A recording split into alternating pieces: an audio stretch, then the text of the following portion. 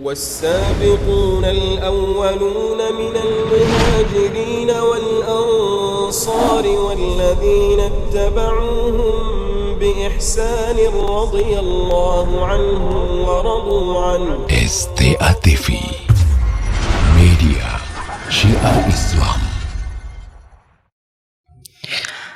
Assalamualaikum warahmatullahi wabarakatuh.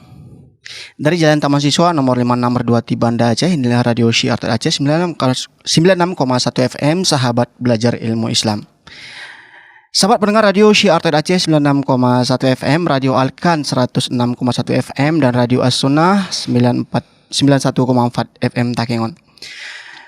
Alhamdulillah di sore hari ini kita kembali, saya Safarudin Gayu senang sekali masih bisa menyapa para pendengar di mana saja berada, terkhusus 3 daerah yang sudah kita sebutkan tadi. Insya Allah di sore ini kami akan menemani para pendengar 60 menit ke depan dalam program kajian interaktif di edisi hari ini tanggal 20 Zulhijjah 1441 Hijriah bertepatan dengan tanggal 10 Agustus 2020 Miladiah. Seperti biasa setiap hari Senin dan Kamis kita akan hadir untuk membahas satu topik menarik di live podcast kita di 96,1 FM. Dan kami ucapkan selamat sore dan selamat bergabung bagi para sahabat pendengar yang berada di Takengon dan sekitarnya, mungkin meliputi Bandar Meriah dan sebagian daerah di Gayo Luas. Kemudian sahabat kami, saudara kami yang berada di Kota Langsa, Kota Idi, dan Aceh Tamiang. Mudah-mudahan di sore hari ini bisa bergabung bersama kita semua. Alhamdulillah para pendengar, sore ini Ana sudah ditemani oleh Ustaz Haris Abu Naufal yang sudah hadir di studio. Kita sapa dulu beliau. Assalamualaikum Ustaz. Waalaikumsalam warahmatullahi wabarakatuh. Mana kabarnya Ustaz? Alhamdulillah. Alhamdulillah. Untuk gimana, baik ya? Alhamdulillah baik Ustaz. Di sore ini walaupun situasi mendung di Banda Aceh, mudah-mudahan kita selalu dalam lindungan Allah Subhanahu wa taala. Yang penting hatinya jangan mendung ya. Amin ya Allah, amin. Baiklah para pendengar, hari ini kita akan mengangkat satu tema menarik, yaitu tauhid jalan indah menuju surga, Ustaz. Nah, saya teringat pepatah ini bahwa mengatakan jalan menuju surga itu bukanlah bukit berbunga gitu ya, tapi setelah mengkaji tema ini sepertinya indah jalan menuju surga itu, Ustaz. ya. Para pendengar, kami juga mengajak Anda sekalian untuk berpartisipasi di via telepon insyaallah nantinya, yaitu di 0852 7732 3266. Saya ulangi lagi. Silakan nanti ditelepon di akhir pembahasan kita di 0852 7732 3266, atau bisa mengirimkan SMS atau WhatsApp ke nomor 0852 1414 2314. Anda juga bisa mengikuti acara ini di Facebook kami, YouTube dan Instagram. Baiklah Ustaz, kita mulai terus untuk menghemat waktu kita di sore hari ini. Nah, kami juga mohon maaf pada para pendengar yang siogianya kita mulai di pukul 17.00. Tapi sudah lewat sedikit ya. Nih, 15 menit. Ya. Ustaz, berbicara masalah tauhid ini, tauhid jalan indah menuju surga, apa pentingnya Ustaz bagi kita untuk belajar tauhid? Padahal kan kita kan sudah beragama Islam nih. Dan agama Islam adalah agama yang hanif. Bagaimana nih Ustaz? Baik, Masya Allah, pertanyaan yang cukup menarik. Mungkin sebelum kita membahas kajian di sore hari ini, kami juga ingin menyapa pendengar yang ada di Radio Kans 106,1 FM di Kota Langsa, dan juga di 91,4 FM Radio As-Sunnah di Kota Gayo di Takengon. Dan sebenarnya radio kita ini sampai ke Merdu. Jadi kalau dalam perjalanan, misalnya dalam perjalanan dari Banda Aceh ke luar kota Banda Aceh, itu sepanjang jalan kedengaran radio, bahkan sampai ke Merdu radio kita. Ya, mudah-mudahan semakin luas jangkauan radio Syiar Aceh 96,1 FM bisa memberikan kebaikan kepada saudara-saudara kita muslimin, dan tentunya kita berdoa juga apa yang telah dilakukan oleh pembina-pembina radio atau yang telah memberi kemudahan kepada Radio Syiar Tauhid, mengalir pahala kepada mereka semuanya ya sampai yaumul qiyamah. Amin, ya rabbal alamin. Ya. Ketika kita berbicara tentang permasalahan tauhid, seberapa pentingnya tauhid dalam kehidupan kita? Iya. Ya, toh kita di Aceh semuanya sudah Islam. Iya, betul, Ustaz. Jadi di Indonesia juga mayoritas 80-an% itu muslimin. Iya. Kenapa harus dibahas lagi tauhid? Kan seperti itu. Kalau kita melihat pertama dari Al-Quranul Karim, dari awal Al-Quran, dari surat Al-Fatihah yang kita baca, kemudian surah Al-Baqarah sampai An-Nas di dalam Al-Quran, semua isinya menjelaskan tentang tauhid. Ya, tentang apa yang didapatkan oleh orang yang bertauhid, perintah Allah untuk kita mentauhidkannya, dan juga ancaman Allah bagi orang-orang yang mereka mengingkari tauhid, dan juga tugas-tugas Rasul yang mereka seluruhnya mengajak manusia kepada tauhid. Ya, sebagaimana yang Allah sebutkan di dalam ayatnya, walaqad ba'atsna fi kulli ummati rasula an ya'budullaha wajtanibut taghut. Dan sungguh kami telah mengutus dari setiap umat seorang Rasul, yang Rasul tersebut mengajak manusia untuk beribadah kepada Allah dan mengingkari daripada taghut itu sendiri. Dan secara spesifik kalau kita melihat sejarah dari kehidupan Nabi kita Muhammad sallallahu alaihi wasallam, ya, tidak hanya fase Mekah beliau mengajak manusia kepada tauhid. Ya, sebagaimana yang kita maklumi, ayat yang pertama diturunkan kepada Rasulullah, diangkatnya beliau sebagai nabi, Iqra bismi rabbikal ladzi khalaq. Kemudian setelahnya wahyu pada waktu itu istilahnya tidak langsung turun, setelah beberapa lama baru setelahnya Allah menurunkan ya ayyuhal mudaththir qum fa'anzir wa rabbaka fakabbir wa thiyabaka fatahhir warujza fahjur. Isinya adalah tauhid. Isinya adalah tauhid.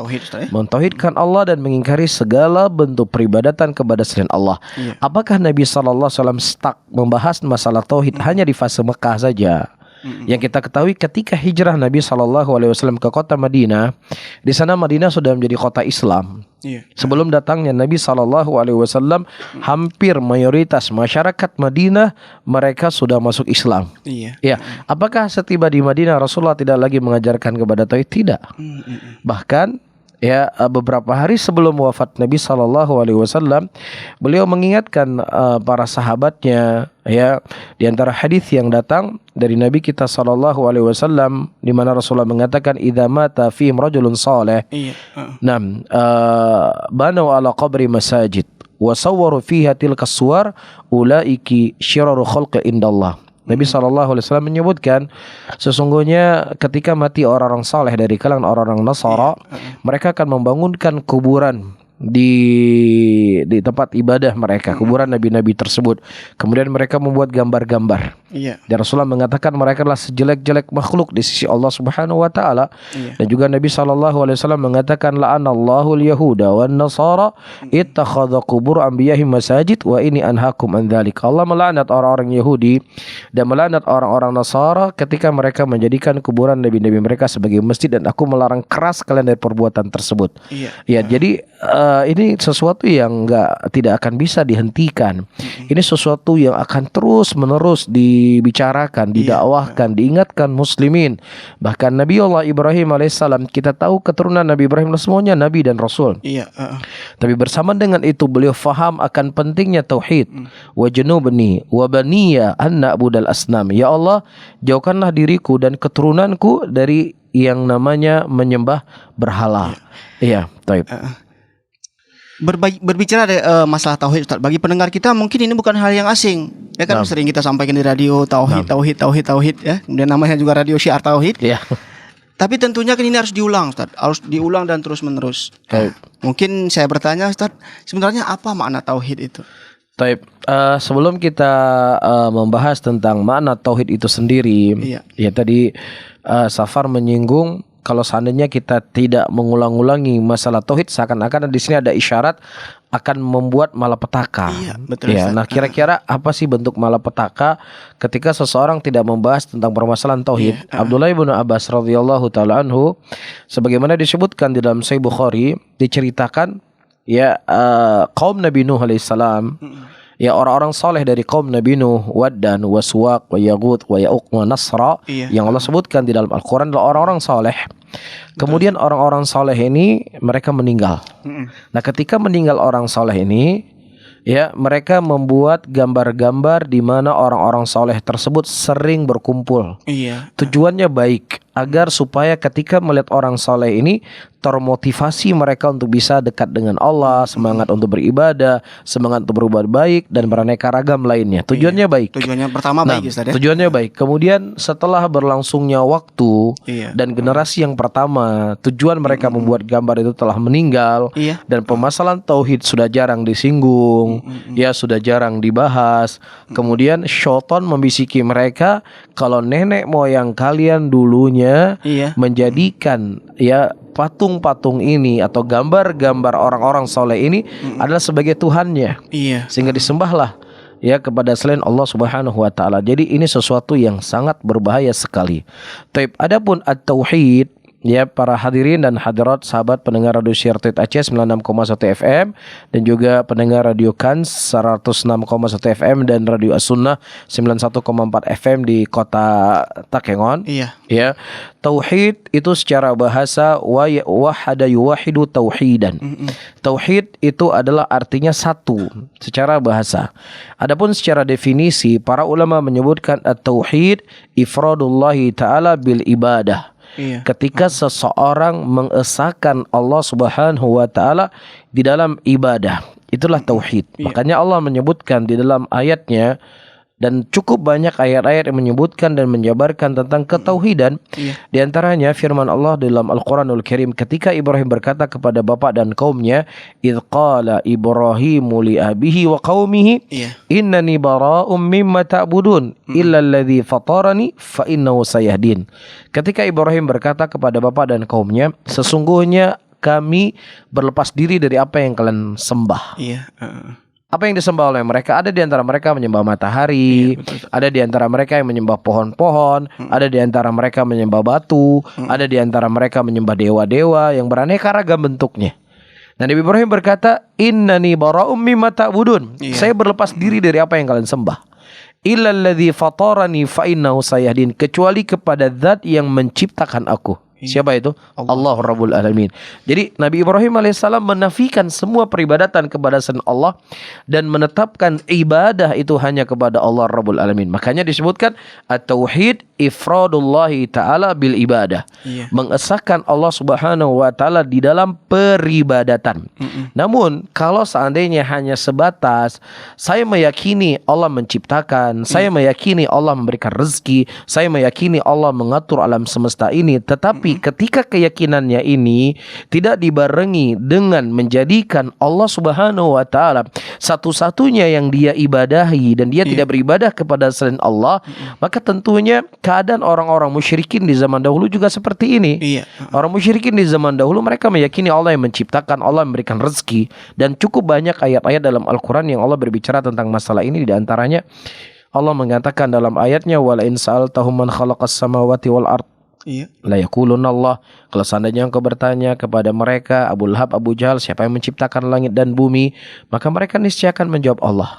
Jadi keimanan seseorang kepada Allah dalam masalah Allah yang menciptakan, ketika dia tidak menjadikan Allah satu-satunya zat yang dia ibadahi, maka dia belum mentauhidkan Allah. Namun di lapangan terkadang di masyarakat, agar kita tidak salah faham ya, nanti dipikir wah ini Wahab nih, kalau ini tauhidnya Wahabi nih, kafirin orang. Ada di antara saudara kita muslimin terkadang dia nggak ngerti apa itu tauhid ibadah, nggak ngerti apa itu tauhid uluhiyah. Ketika dia mengucapkan la ilaha illallah, tidak ada yang menciptakan kecuali Allah, kan begitu. Dari sisi teorinya begitu.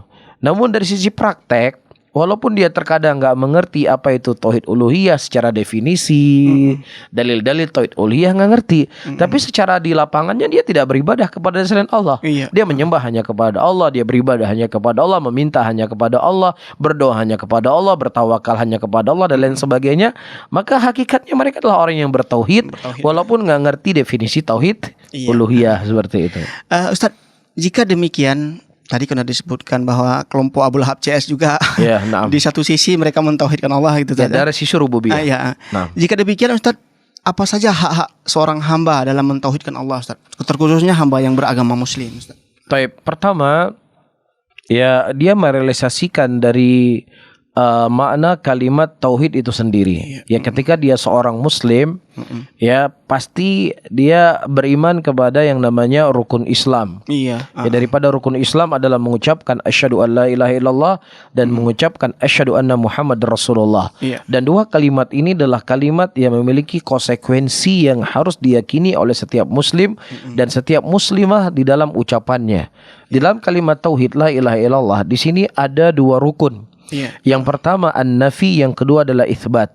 Rukun an-nafi menafikan peribadatan kepada selain Allah dan menetapkan ibadah hanya kepada Allah Subhanahu wa taala. Inilah kewajiban yang paling besar yang Allah Subhanahu wa taala wajibkan kepada setiap manusia. Bahkan tidaklah Allah menciptakan jin dan manusia dan apa yang ada di dalamnya kecuali untuk merealisasikan ketauhidan ini. Allah mengatakan dalam ayatnya, "Wa ma khalaqtul jinna wal insa illa liya'budun." Tidaklah aku menciptakan jin dan manusia kecuali mereka beribadah hanya kepada Allah. Jadi ketika ada terkadang seseorang, ya mereka sholat, mereka puasa, mereka haji, mereka zakat dan seterusnya. Iya.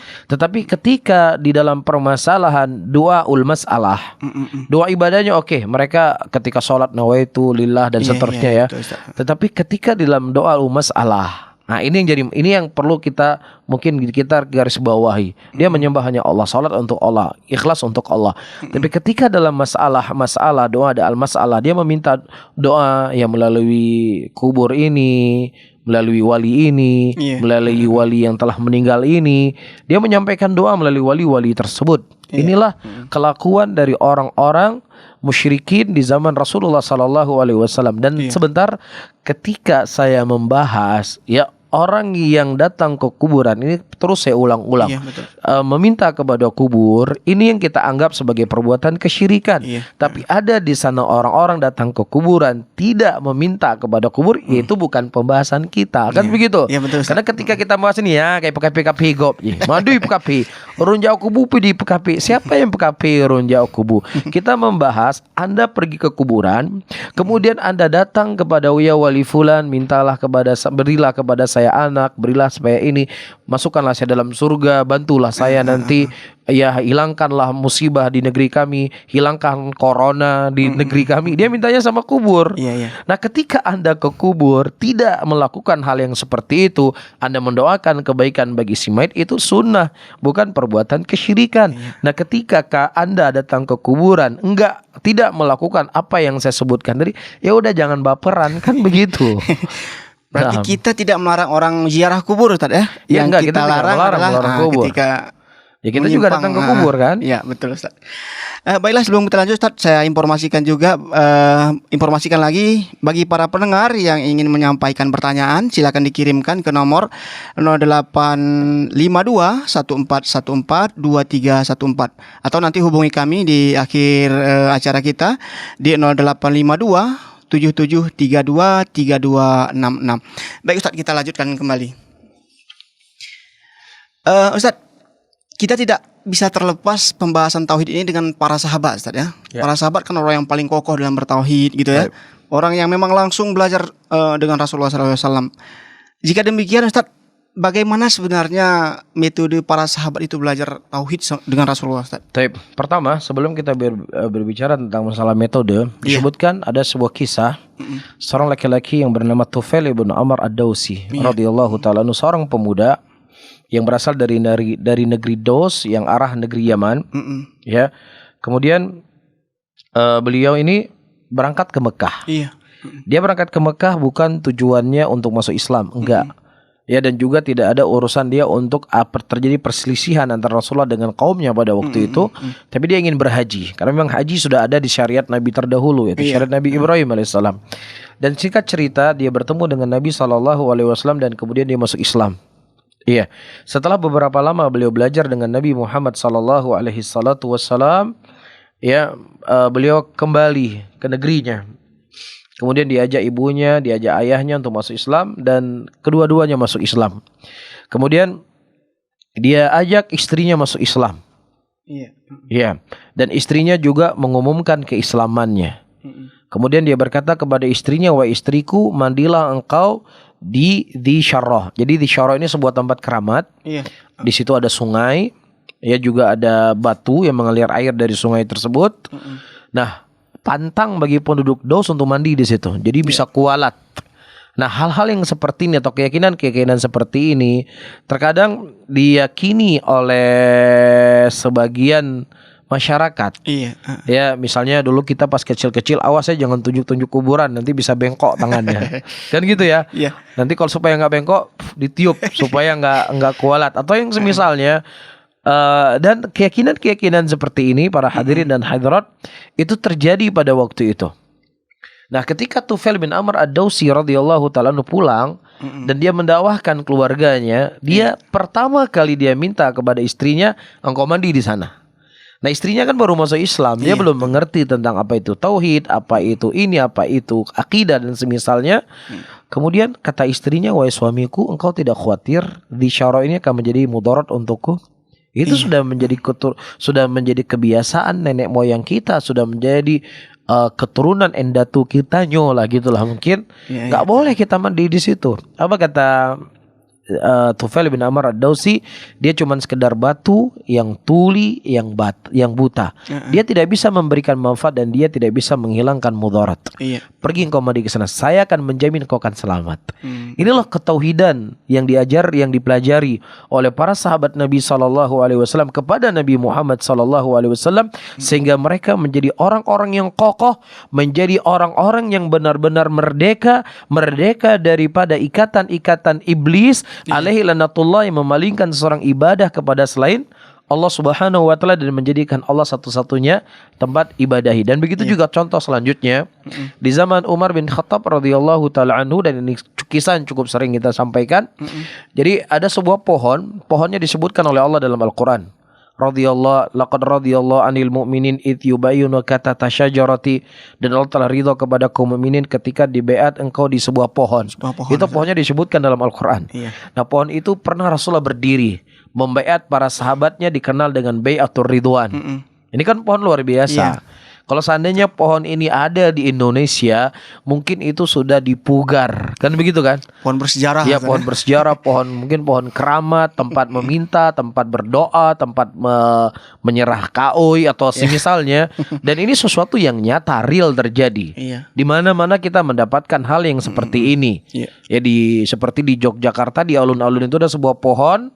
Nah, pohon itu kalau kita berjalan sampai kepada titik tertentu, semua doa kita dikabulkan. Itu pohon gak disebutkan dalam Al-Quran loh. Ini pohon disebutkan di dalam Al-Quran. Rasulullah pernah berdiri di situ. Pernah terjadi sejarah besar dalam Islam. Kan begitu.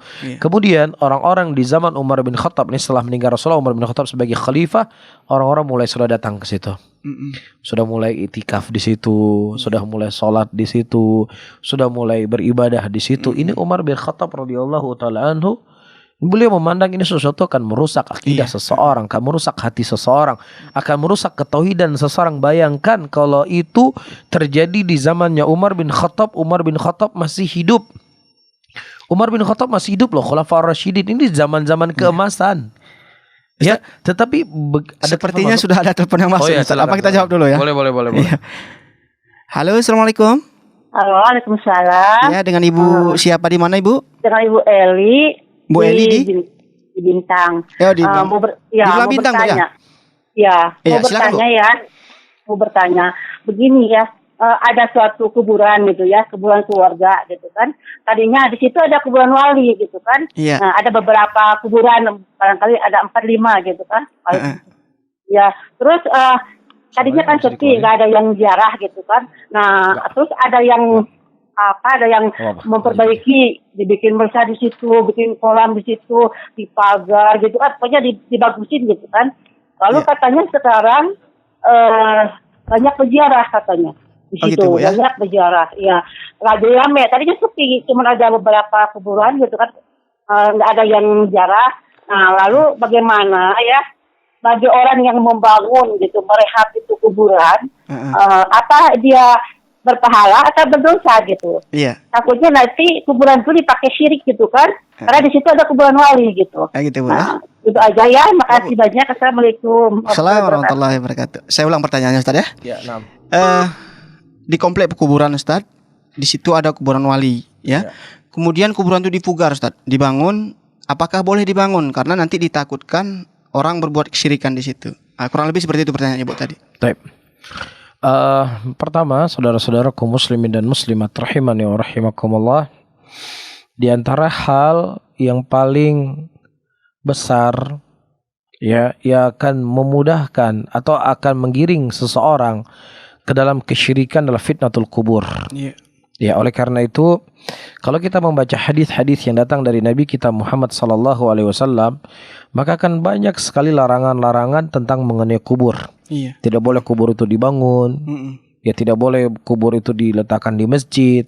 Tidak boleh seseorang sholat menghadap ke kuburan. Tidak boleh seseorang beribadah di kuburan. Iya. Beraneka ragam bentuk larangan-larangan yang datang dari Nabi kita Muhammad SAW mengenai kubur ini. Iya. Karena ini jalan yang paling cepat seseorang itu tergiring kepada kesyirikan, terlebih daripada kuburannya para wali. Iya.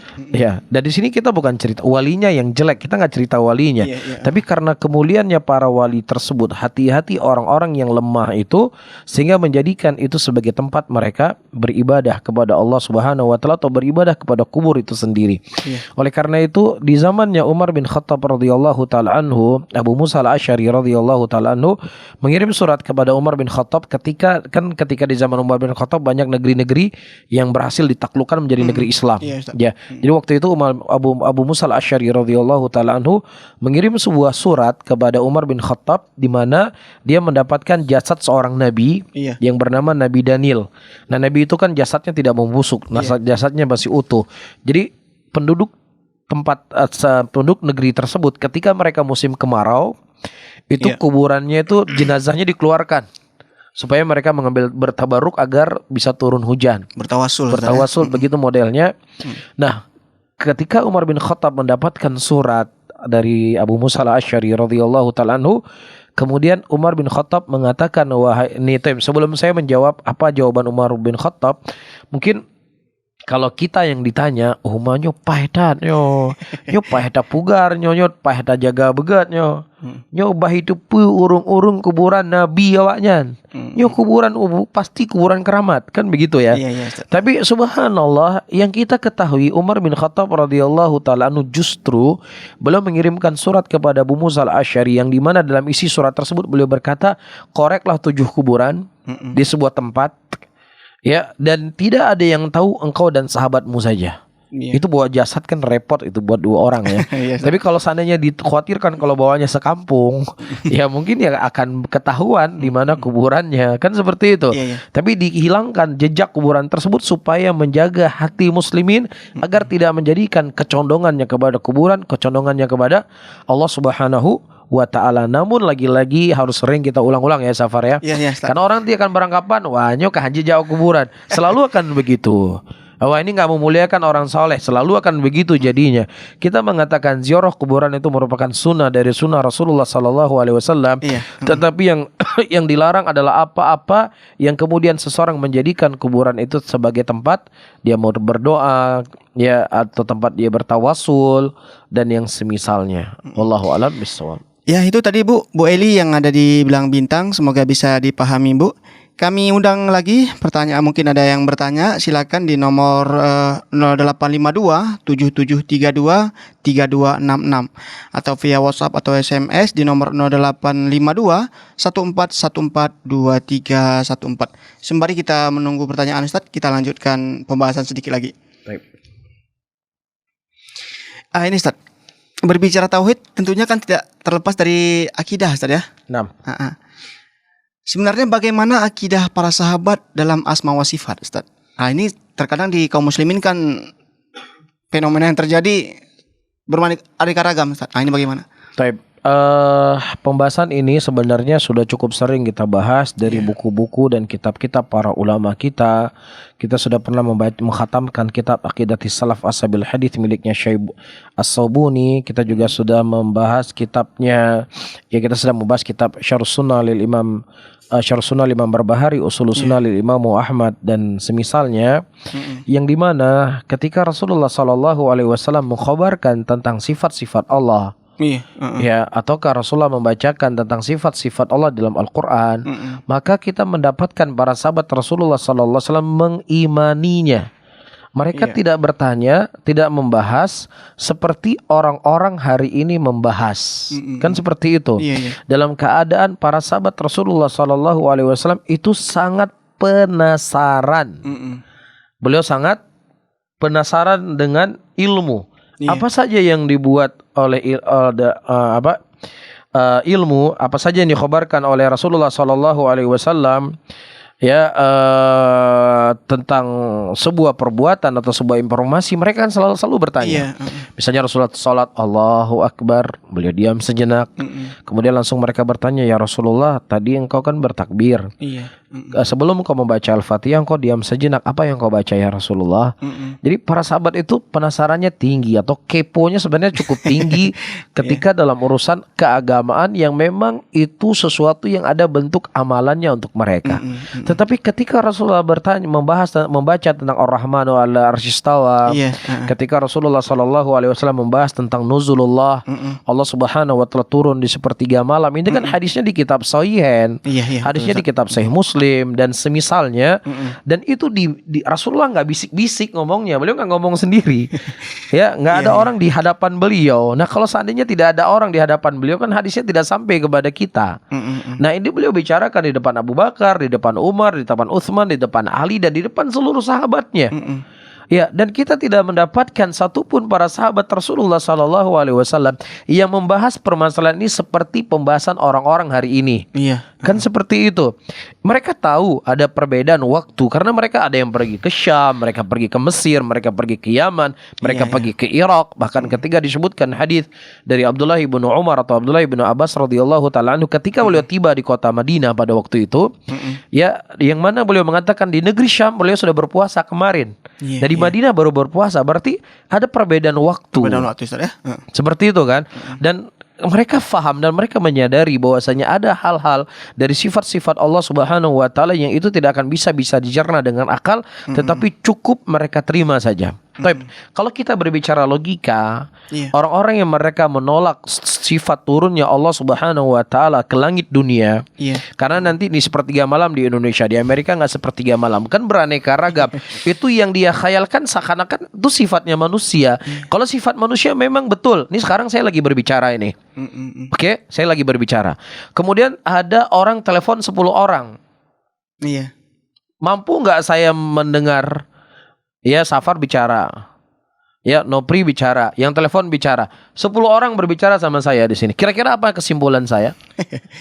Itu sifat kita manusia, ada sifat kurang. Iya. Tetapi ketika Allah Subhanahu wa taala dimintai oleh hamba-hambanya dalam doa, ya, dalam satu waktu berapa juta manusia hari ini berdoa kepada Allah? Apakah Allah tersibuk antara satu doa dengan doa yang lainnya? Allah nggak tersibukkan. Karena Allah nggak sama dengan makhluknya. Kalau makhluk pasti bingung dia. 1000 orang yang berbicara sama dia dalam satu waktu, dia nggak ngerti, dia tidak akan paham apa yang akan dibicarakan oleh mereka. Ini satu hal. Hal yang kedua, disebutkan dalam hadis oleh Nabi SAW. Ya, ketika seorang dalam hadis kursi Allah mengatakan bahwasanya Allah membagi salat dibagi menjadi 2. Iya. Ya, ketika hambaku mengatakan alhamdulillahirabbil alamin, Allah akan menjawab apa? Ya, hambaku telah memujiku. Itu kata Allah kan? Iya. Jadi setiap kita membaca Al-Fatihah, Allah akan menjawab bacaan kita. Nah, sekarang kalau logikanya seperti logikanya dia, Anda juga harus menolak hadis ini. Kita dalam satu shaf ini. Iya. Iya, berbicara dalam mazhab Syafi'i, wajib membaca Al-Fatihah sir atau kahjar, kan begitu? Iya. Ini Safar lagi baca, sudah baca iyyaka na'budu wa iyyaka nasta'in. Ana masih baca alhamdulillahirabbil alamin. Kan seperti itu. Nopri masih baca bismillahirrahmanirrahim. Saya sudah iyyaka na'budu wa iyyaka nasta'in, Nopri baru alhamdulillah. Iya. Terus gimana Allah mau menjawabnya? Kan beda-beda, itu waktunya beda-beda. Terus jawab-jawab terus. Terus Allah jawab terus. Nanti di Amerika orang baru sholat lagi. Nanti tiba-tiba ada orang masbuk lagi. Jadi Allah kerjanya cuma menjawab-jawab terus. Terus gimana Allah menurunkan wahyu kepada ini di zaman Nabi? Ya itu akal ente gak usah ente cerna dengan akal ente. Bagaimana sifat Allah? Allah itu fa'alu lima yurid. Allah melakukan apa yang Allah kehendaki. La yus'alu amma yaf'alu wa hum yus'alun. Tidak ditanyakan apa yang dilakukan oleh Allah, tetapi engkaulah yang ditanyakan. Jelas di sini, dan Allah itu ala kulli syai'in qadir. Allah terhadap segala sesuatunya itu Maha mampu. Begitu juga misalnya, ya, ketika Anda menolak sifat Allah, turunnya Allah di sana malam, di sini siang dan seterusnya. Sekarang kiamat terjadi hari apa? Hari Jumat. Hari Jumat. Disebutkan, ya. Nah, sekarang misalnya di Indonesia ini hari Kamis. Iya. Di Amerika hari apa? Sudah Jumat. Udah Jumat, Ustaz. Nah, berarti kalau seandainya kiamat, nanti di Amerika dulu kiamat, baru nanti Indonesia kiamat. Sementara Allah menceritakan dalam Al-Quran, gunung-gunung saja menjadi anai-anai yang berterbangan, bumi hancur. Terus gimana? Di Amerika dulu baru kiamat, besoknya kita, wah ini Amerika udah kiamat nih. Terus kita besok baru kiamat. Hah? Yaki, ente gak usah pakai logika ente. Ketika Anda memakai logika Anda, disitulah menunjukkan kedangkalan kita dalam memahami hal yang seperti ini. Bahkan Masya Allah ya namanya mereka saling membantu, saling menguatkan. Ketika saya mendengar ceramah beliau, Masya Allah kecerdasannya beliau luar biasa. Ya, setiap segala sesuatu punya jawaban, Mas. Kalau Anda berbicara punya jawaban, siapapun juga punya jawaban. Ini saya bilang sama orang gila lagi di jalan. Hai, urung pungo, kah pungo, shit. Punya jawaban? Iya, kalau kita mau berbicara jawaban, semua orang punya jawaban. Cuman masalahnya jawabannya itu sesuai tidak dengan Al-Quran dan Sunnah, kan begitu? Iya, betul, Ustaz. Sebelum kita lanjutkan, Ustaz, ini satu pembahasan lagi. Kita undang pendengar lagi, Ustaz. Bagi Anda yang ingin bertanya, silakan kirimkan ke 0852 1414 2314 via WhatsApp ataupun SMS. Dan bagi Anda yang ingin menelepon, silakan hubungi kami di nomor 0852 7732 3266. Mungkin di poin terakhir ini, Ustaz, sebelum kita jawab pertanyaan yang masuk. Pertanyaan yang sering diungkapkan di akhir-akhir ini, Ustaz, yaitu mungkin juga dibahas dengan santer sekali, yaitu di manakah Allah, Ustaz? Nah, ini bagaimana nih, Ustaz? Pembahasan ini seperti yang telah saya singgung adalah pembahasan yang sudah cukup sering kita bahas ya. Iya. Dan mungkin juga dari potongan-potongan radio di Siar Tauhid, di video TV kita Siar Tauhid Aceh, juga sudah cukup banyak membahas tentang permasalahan ini. Dan ayat-ayat Al-Quranul Karim itu juga begitu jelas, begitu gamblang apa yang Allah Subhanahu wa Ta'ala sebutkan di dalam Al-Quran, dan juga disebutkan oleh Nabi SAW, dan juga disebutkan oleh para sahabat Rasulullah. Sangat banyak riwayat-riwayat yang datang dari sahabat Rasulullah SAW. Ya, di antaranya yang datang dari Abu Bakar As-Siddiq yang dikeluarkan oleh Al-Bukhari dalam sahihnya. Kata Abu Bakar As-Siddiq radhiyallahu taala anhu, kata Abu Bakar As-Siddiq radhiyallahu taala anhu, "Man kana ya'budullah alladhi wa fis sama', fa inna Allah hayyun wa la yamut, wa man kana ya'budu Muhammad fa inna Muhammad qad mat." Ya, barang siapa yang seseorang menyembah Allah, yang Allah itu berada di atas langit, maka sesungguhnya Allah itu hidup selama-lamanya, tidak akan pernah mati. Tapi siapa yang menyembah Muhammad, karena sesungguhnya Muhammad itu telah meninggal. Dan juga di antara riwayat yang datang dari sahabat Rasulullah SAW, karena ketika kita membawa ayat Al-Quran selalu kita akan divonis nyan awa-awa yang mat Quran hana kalanyo kan begitu kan. Oke, sekarang kita datangkan ucapan para sahabat. Di antara wanita yang dimuliakan oleh Allah Subhanahu wa Ta'ala, satu di antara istri-istri Nabi SAW, cuman kalau saya tidak salah paling ingat Zainab atau Sofia, satu di antara keduanya. Satu di antara dua istri Nabi ini SAW berkata, sesungguhnya Allah Subhanahu wa Ta'ala memuliakan aku dengan Allah menikahkan aku dari langit ketujuh, atau yang semakna yang apa yang beliau sebutkan. Ya, ini satu hal. Dan hal yang kedua, dari ciri logika, ya, secara logika, ya, sesuatu yang mulia itu tempatnya di atas. Iya. Sesuatu yang hina itu tempatnya di bawah. Makanya Allah mengatakan dalam ayatnya, innal munafiqina fi darki asfali minan nar. Sesungguhnya orang-orang munafik itu berada di keraknya api neraka. Ya, sementara Nabi SAW sebelum beliau berdoa, belum meninggal, beliau mengatakan, Allahumma rafiqil a'la. Ya Allah, jadikanlah aku bersama orang-orang yang tinggi. Ya, nah ketika manusia memiliki sifat kedudukan yang tinggi, maka Allah Subhanahu wa Ta'ala lebih pantas untuk disifati dengan sifat tersebut. Ya, misalnya datang Pak Gubernur, mungkin nggak Pak Gubernur disuruh duduk di bawah, pasti dipilih tempat yang paling tertinggi. Nah, ketika sifat itu berlaku bagi manusia, maka Allah lebih berhak disifati dengan sifat tersebut. Misalnya, maksudnya bagaimana? Ketika ada orang yang pintar dengan orang yang bodoh, mana yang lebih mulia? Yang pintar. Ustaz. Orang pintar. Allah Subhanahu wa taala lebih mulia, lebih pantas untuk disifati dengan sifat ilmu. Kan begitu? Iya. Ketika ada manusia bisa mendengar dengan manusia yang tidak bisa mendengar, mana yang lebih sempurna? Yang bisa mendengar. Bisa mendengar. Ya. Allah Subhanahu wa taala lebih mulia, lebih pantas untuk disifati dengan sifat mendengar, karena telah datang dalil dari Al-Quran. Allah memiliki ilmu, telah datang dalil dari Al-Quran. Allah Subhanahu wa taala Maha mendengar, dan seterusnya, dan selalu mereka menolak sifat Allah Subhanahu wa taala dengan akalnya mereka. Apa akalnya mereka? Selalu mereka mengkaifiahkan sifat Allah Subhanahu wa taala dengan sifat makhluknya. Ini yang selalu menjadi masalah. Ketika makhluk itu bertempat, tempat itu kan lebih besar daripada makhluk. Iya, tempat itu atau makhluk itu akan dikuasai oleh tempat itu, dan makhluk itu butuh kepada tempat. Itu sifat yang sifatnya lari kepada makhluk. Adapun sifat yang itu disifati Allah Subhanahu wa taala, maka Allah Subhanahu wa taala laisa kamitsli syai'un. Allah tidak sama sedikit pun dengan makhluknya. Allah tidak butuh kepada arsy, tapi arsy lah yang butuh kepada Allah. Allah tidak diliputi oleh arsy, tetapi Allah lah yang meliputi arsy itu sendiri. Nah, kalau seandainya orang bertanya, dia seakan-akan dengan satu pertanyaan bisa menggagalkan sekian banyak ayat Al-Quran dan hadis Rasulullah. Nah, kalau seandainya Allah beristiwa di atas arsy, di mana Allah sebelum diciptakan arsy? Dia berpikir dengan soal dia ini, ya, yang datang dari akalnya bisa menggugurkan sekian banyak ayat Quran, nggak bisa. Dan pertanyaan Anda itu sudah cukup banyak sekali jawabannya. Di antara yang perlu kita jawab, Allah memiliki sifat dzatiyah dan sifat fi'liyah. Sebelum Allah Subhanahu wa taala menciptakan arsy, Allah telah disifati dengan sifat dzatiyah, yaitu ulu. Allah tinggi di atas makhluknya. Faham di sini? Adapun sifat istiwanya Allah di atas arsy-Nya itu menunjukkan sifat fi'liyahnya Allah Rabbul Alamin.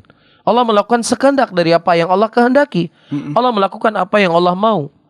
Ya, fa'alu lima yurid. Tetapi bersama dengan itu, sebelum diciptakan arsy, setelah diciptakan arsy, Allah itu maha tinggi. Dan kedua, ketika kita mengatakan Allah tidak butuh kepada arsy, arsy lah yang butuh kepada Allah, maka sebenarnya pertanyaan seperti ini, ya, tidak perlu kemudian kita menolak sifat-sifat istiwa. Karena kalau seandainya Allah butuh sama arsy, boleh kita katakan nanti Allah nggak ada tempat tinggal. Masalahnya Allah nggak butuh sama arsy. Allah arsy lah yang butuh sama Allah. Sebagaimana Allah mendatangkan punya malaikat Jibril yang menurunkan wahyu. Apakah maknanya kalau malaikat Jibril nggak ada, Allah nggak bisa menyampaikan wahyu? Ketika Allah mengutus malaikat menurunkan hujan, apakah maknanya ketika tidak ada malaikat Allah tidak mampu menurunkan hujan? Apakah Allah butuh ada malaikat yang untuk menurunkan hujan? Tidak, Allah butuh. Allah tidak butuh sama mereka semuanya, tapi malaikat Jibril lah yang butuh kepada Allah. Dan Allah bisa menyampaikan wahyu tanpa malaikat Jibril.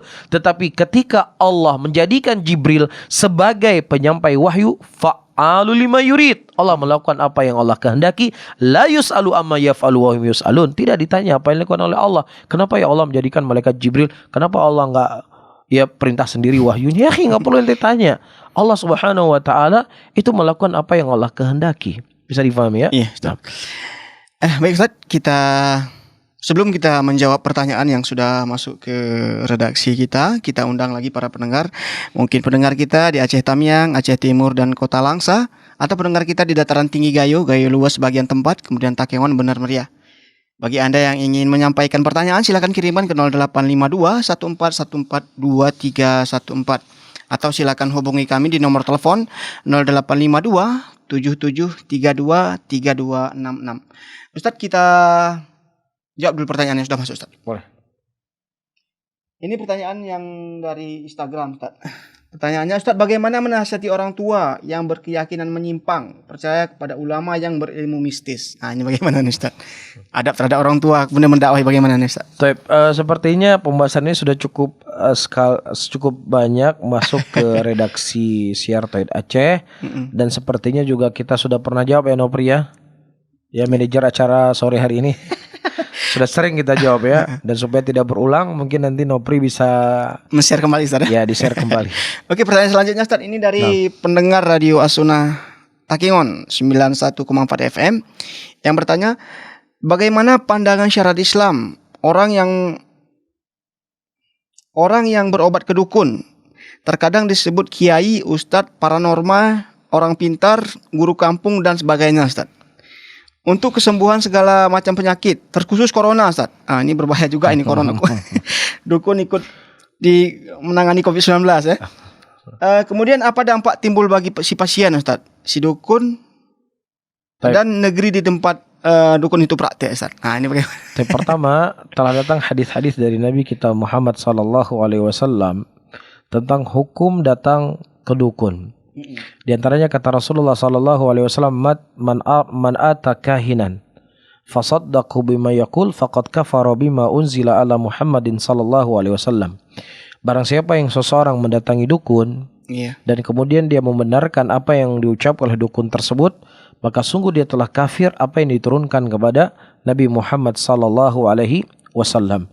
Para ulama di antara Syekh Muhammad bin Shalih Al-Utsaimin rahimahullah ketika menjelaskan menerangkan hadis ini ada 3 jenis manusia.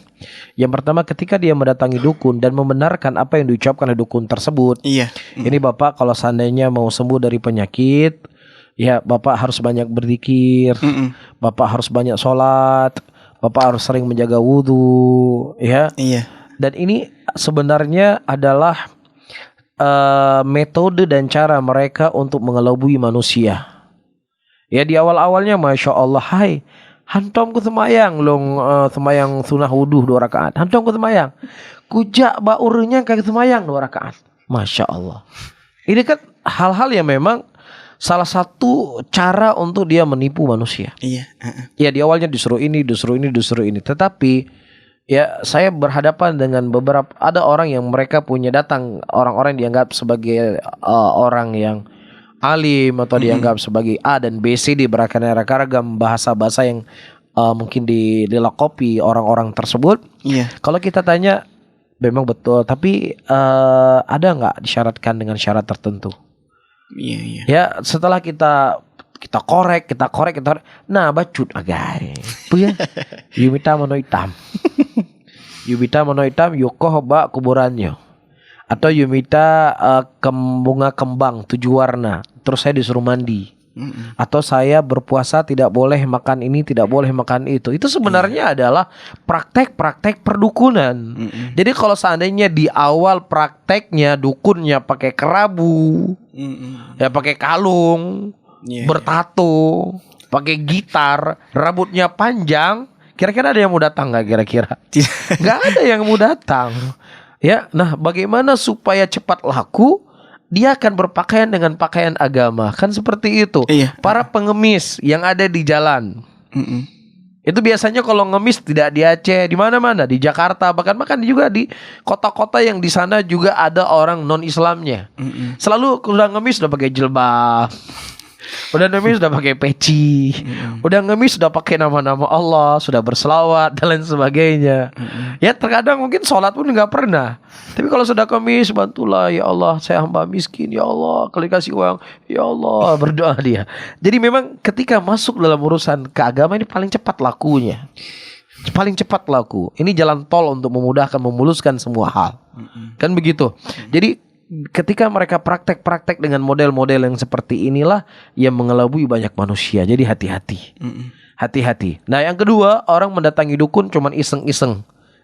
Dia tidak mempercayai apa yang diucapkan dukun tersebut, tapi dia nemanin. Dia ikut menemani temannya yang ingin ke dukun. Walaupun dia nggak percaya, walaupun dia nggak membenarkan apa yang diucapkan oleh dukun tersebut, maka selama 40 hari dia tidak terima sholatnya. Yang ketiga, ketika dia mendatangi dukun untuk membantah kebohongan dan kedustaan si dukun tadi.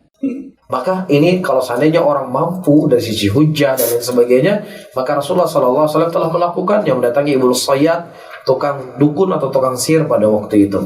Dan tentunya perdukunan ini memiliki sifat-sifat dan ciri-ciri. Ya di antara yang saya sebutkan itu tadi, dia punya ritual-ritual khusus, dia punya pantangan-pantangan khusus, dia punya hal-hal yang harus dilakukan oleh si korban.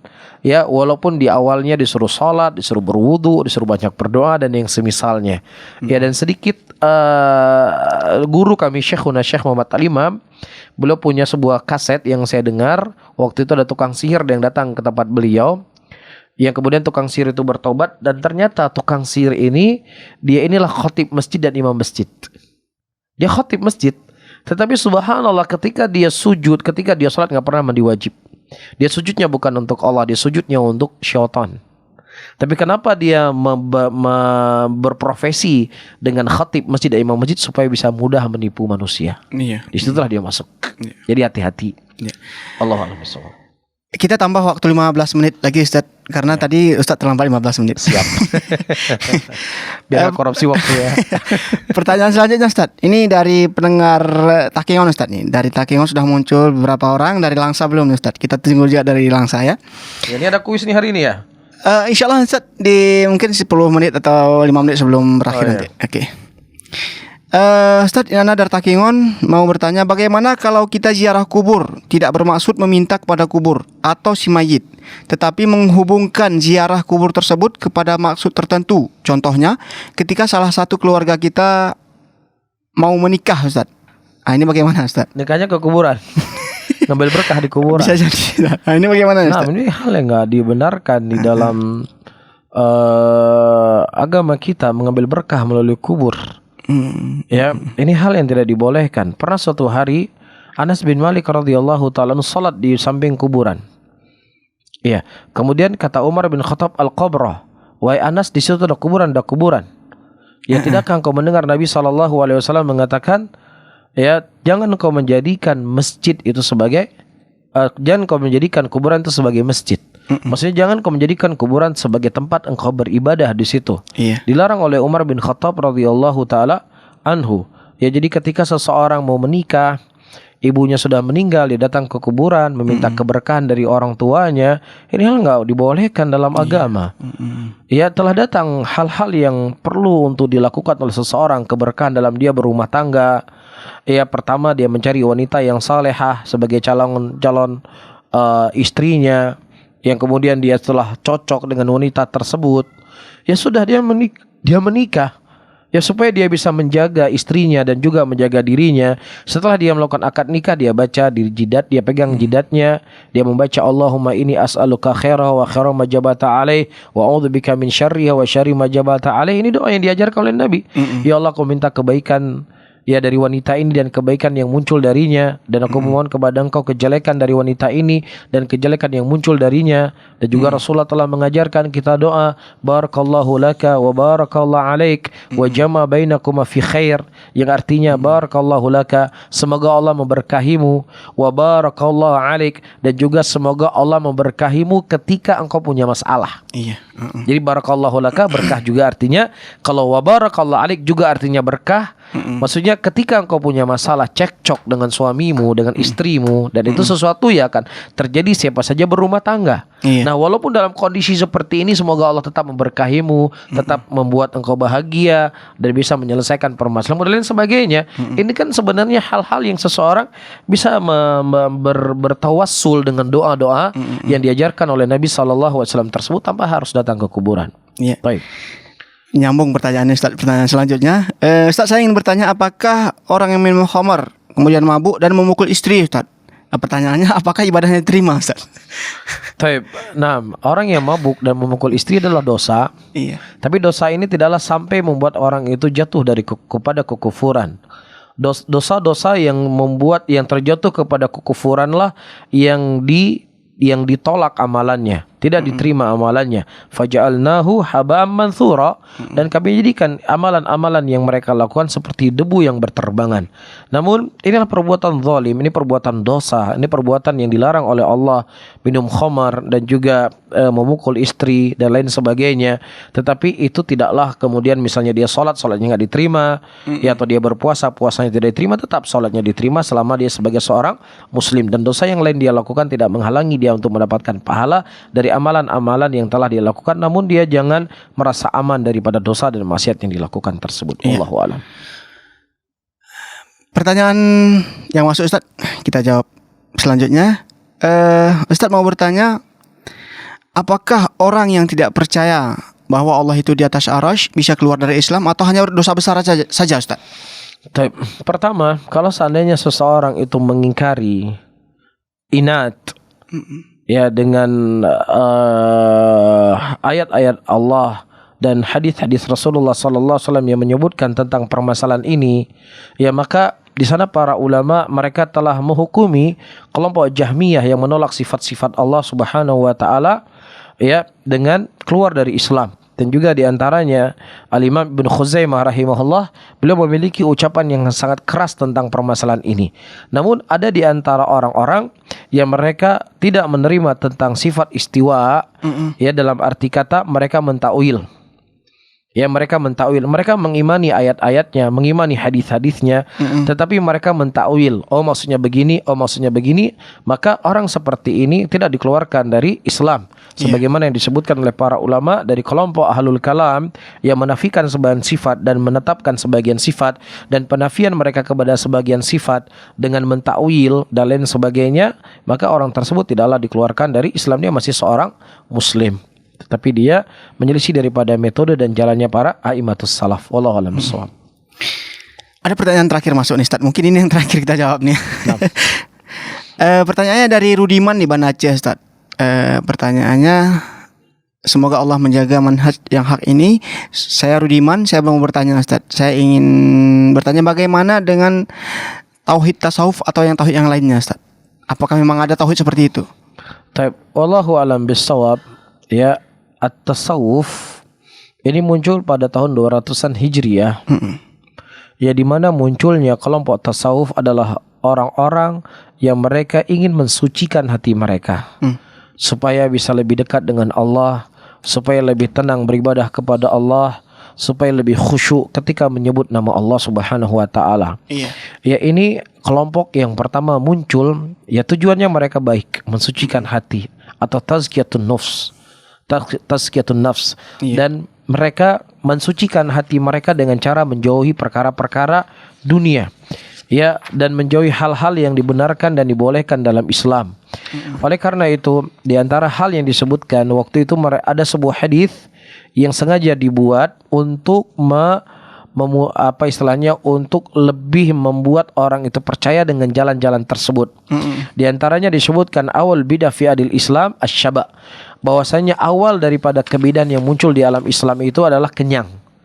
Oleh karena itu, supaya kita lebih dekat dengan Allah, supaya kita lebih khusyuk dengan Allah, maka perut kita ini harus sering lapar.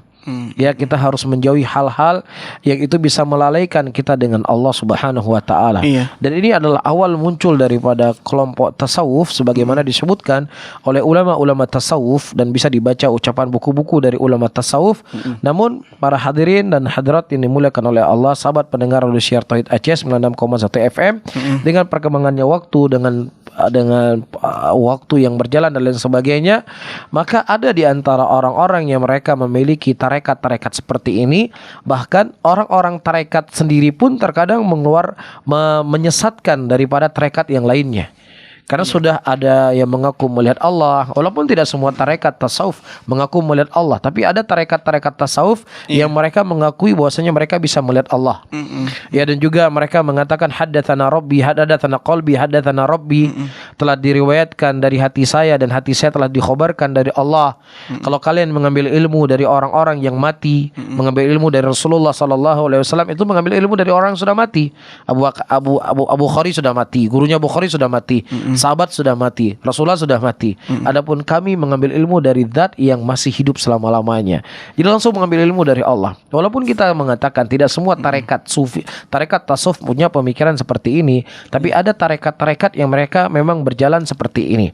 Dan ini saudara-saudaraku muslimin dan muslimat rahimani wa rahimakumullah, maka beraneka ragamlah bentuk dan jalan yang kita lihat-lihat. Orang-orang yang mereka mempelajari ilmu kalam, mempelajari ilmu filsafat, maka kita akan melihat mereka sangat berani berbicara tentang agama Allah Subhanahu wa taala, sehingga apa yang disebutkan oleh Imam Syafi'i dan ulama yang lainnya, ya sungguh keanehan yang dilihat orang yang belajar ilmu tasawuf di pagi hari, di sore hari ilmu filsafat di pagi hari, di sore harinya dia sudah hilang keislamannya. Ya, apalagi hari-hari ini dihebohkan seorang laki-laki yang menamakan dirinya dengan nama Nabi Muhammad sallallahu alaihi wasallam, dan sangat tidak pantas laki-laki jelek ini memberikan namanya dengan nama Rasulullah sallallahu alaihi wasallam, dengan nama yang mulia, tapi dia menghina Nabi kita Muhammad sallallahu alaihi wasallam. Ya, dan wallahi wa billahi wa tallahi tidak akan mengurangi sedikit pun kemuliaan Nabi kita sallallahu alaihi wasallam. Beliau adalah makhluk yang mulia, Beliau adalah makhluk yang tinggi di sisi Allah. Walaupun seluruh manusia di muka bumi ini mencela dan menghina Rasulullah, Rasulullah tetap tinggi, Rasulullah tetap mulia. Dan Allah telah berjanji dalam ayatnya, inna syani'aka huwal abtar. Sesungguhnya siapa saja yang mencela engkau ya Muhammad, dia akan hancur. Maka ketika kita tidak ada rasa kebencian, tidak ada rasa antipati, tidak ada rasa sedih ketika ada orang yang menghina Nabi kita Muhammad sallallahu alaihi wasallam, kita khawatirkan Allah akan memberikan bala kepada kita. Bukankah ketika Allah menurunkan sebuah ayat di dalam Al-Qur'an, Allah melarang kaum pada seorang nabi, saya lupa nabinya, tidak mengganggu naqahnya, tidak mengganggu untanya. Kemudian justru unta Nabi itu dibunuh. Untanya, bukan nabinya yang dibunuh, untanya. Kemudian Allah Subhanahu wa taala mendatangkan bencana kepada mereka. Semuanya dikenai oleh Allah, kecuali pengikut para nabi dan rasul tersebut. Semuanya dikenai. Mereka tidak ikut membunuh, tapi orang yang mendiamkan, dia tidak terlibat, tetapi dia mendiamkan, tidak mengingkarinya, Allah kenakan mereka semuanya.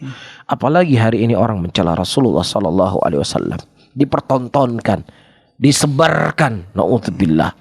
Kalau orang-orang seperti ini tidak segera ditangkap dan diberikan hukuman yang pantas untuk dirinya, kita khawatir Allah Subhanahu wa taala akan datangkan kepada kita bencana. Ya, karena kemuliaan Nabi sallallahu alaihi wasallam itu tentunya lebih mulia daripada bumi ini semuanya. Wallahu a'lam bissawab. Baiklah Ustaz, sebelum kita akhiri perjumpaan kita di sore hari ini, kita sudah berjanji tadi sama pendengar Ustaz, insyaallah di sore hari ini ada kuis Ustaz ya.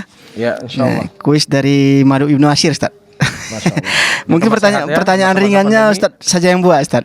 Nah, kita tunggu 5 menit jawaban dari para pendengar. Soalnya saya yang tanya atau Ustaz Ibnu sendiri yang bertanya? Toib. Ya, berapa soal? Satu aja Ustaz. Satu soal ya. Saya ingin bertanya satu soal terkait dengan pembahasan yang kita bahas tadi. Toib, apa itu tauhid? Iya. Para pendengar, pertanyaannya adalah apa itu tauhid? Ya, ada hadiah menarik nih dari Ustaz Ibnu. Ya, Ibnu Asyir Ustaz ya. Saya sudah tebak hadiahnya nih, sepertinya madu Ustaz. Ya, madu. Ya, para pendengar silakan kirimkan jawaban ke nomor 0852 1414 2314. Ustaz, madunya bisa diambil di studio. Ya, bisa diambil di studio. Selanjutnya kita tunggu 5 menit Ustaz. Jawaban dari para kita tunggu by phone. Enggak. By phone bisa juga atau bisa juga SMS Ustaz. Ya. Ustaz, mungkin di ini yang terakhir Ustaz ya, bukan pertanyaan sebentar. Tadi bukan terakhir ya. Oh, ini udah telepon Ustaz nih, berarti kita akhiri. Halo, Assalamualaikum. Waalaikumsalam. Ya, dengan siapa di mana Ibu? Dengan Ibu Eli. Ya, Ibu Eli, silakan Ibu. Bintang. Tauhid itu adalah mengesahkan Allah. Betul nggak? Suaranya. Itu ya mengesahkan Allah. Oh iya. Percaya kepada Allah. Itu aja Ibu. Itu aja. Terima kasih. Assalamualaikum. Assalamualaikum warahmatullahi wabarakatuh. Ini dari Bu Eli, jawabannya adalah tauhid itu mengesahkan Allah Ustaz. Di dalam ibadah. Masya Allah, betul. Jazakallah khairan. Ya, kita tidak perlu menunggu 5 menit, sudah ada jawaban yang masuk dari Bu Eli di Belang Bintang. Masya Allah. Ini sepertinya Ibu pecinta pendengar Radio Share Talk. Ya, sepertinya mengikuti dari awal Ustaz. Masya Allah. Barakallahu fiha. Ya. Inilah mungkin yang dapat kita sampaikan di sore hari ini Ustaz. Mudah-mudahan bermanfaat bagi kita semua. Jazakumullah khairan kepada para pendengar, jazakallah khairan kepada Ustaz yang sudah mau berbagi ilmu dengan kita di sore hari ini. Para pendengar yang kami cintai, para pendengar Radio Al-Kans, para pendengar Radio As-Sunnah, dan para pendengar Radio Syiar Aceh 96,1 FM. Mudah-mudahan apa yang kita pelajari di sore hari ini bisa kita amalkan dan terus mendengarkan radio yang kami sebutkan 3 tadi, insya Allah bermanfaat bagi kita semua. Mungkin yang dapat kita sampaikan. Saya mohon maaf atas segala kekurangan. Mewakili kru yang bertugas di sore hari ini, undur diri dari ruang dengar Anda. Assalamualaikum warahmatullahi wabarakatuh. Waalaikumsalam warahmatullahi wabarakatuh.